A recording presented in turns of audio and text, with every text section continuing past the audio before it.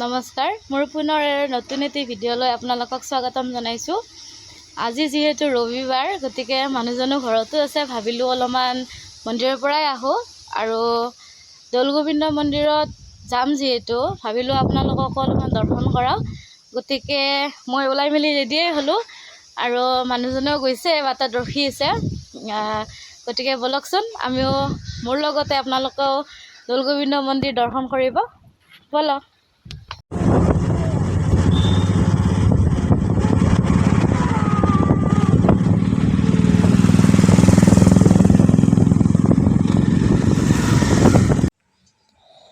বেজেৰাৰ পৰা যিটো মান্দাকাটাৰ ফালে সোমাই আহে ৰাস্তাটো, চিধা চিধি এনেকৈ আহি থাকিলে এনেকুৱা ডাঙৰ তিনিআলি চক এটা পাব।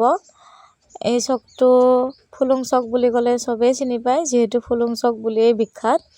ইয়াৰে বাওঁ চাইডে গ'লে আমি ডিগেশ্বৰী মন্দিৰ পাম আৰু এইপিনে সোঁ চাইডে আহিলে আমি দৌলগোবিন্দ মন্দিৰ পাম।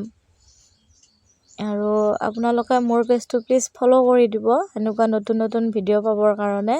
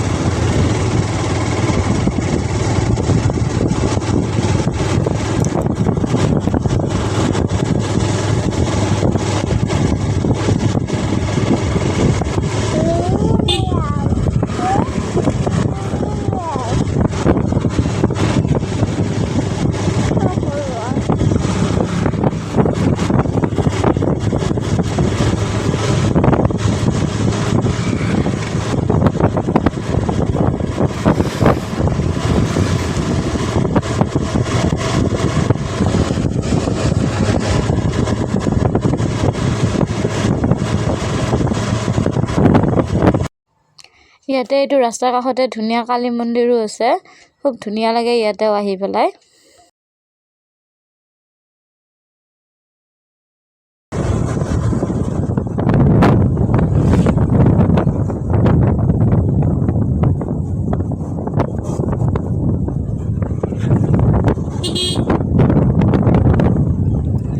আৰু এনেকৈ আহি আহি আমি এয়া উত্তৰ গুৱাহাটীৰ ৰজাদুৱাৰত অৱস্থিত শ্ৰী শ্ৰী মহাপ্ৰভু দৌলগোবিন্দ মন্দিৰ পালোঁহি।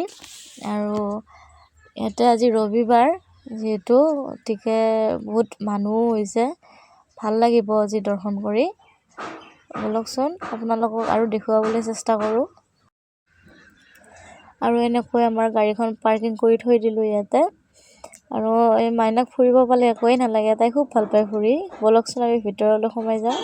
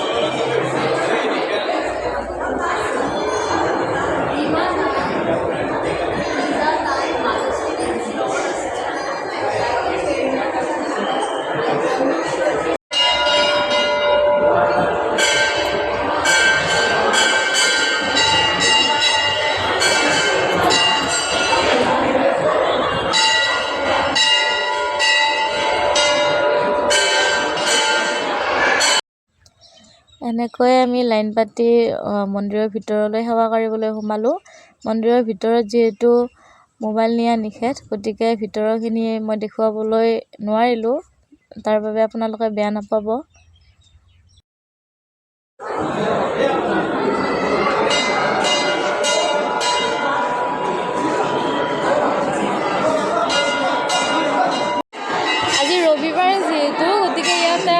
বহুত মানুহৰ ভিৰ হৈছে, গতিকে আপোনালোকে বেয়া নাপাব।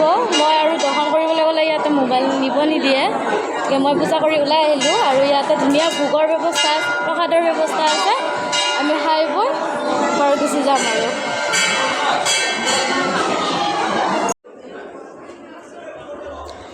এয়া আপোনালোকে দেখিছেনে, ইয়াতে প্ৰসাদ ল'বৰ কাৰণে ইমান ধুনীয়াকৈ লাইন পাতি পাতি আগুৱাই গৈ আছে। মোৰ কিন্তু এই পৰিৱেশটো বিৰাট ভাল লাগিল। আপোনালোকৰ কেনেকুৱা লাগিল কমেণ্ট কৰি জনাবচোন।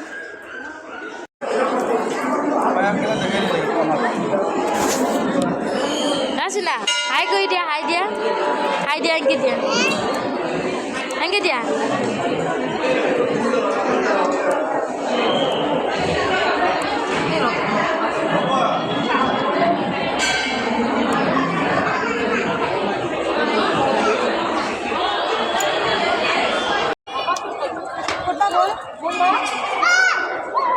ভিতৰত গ'ল চাগে।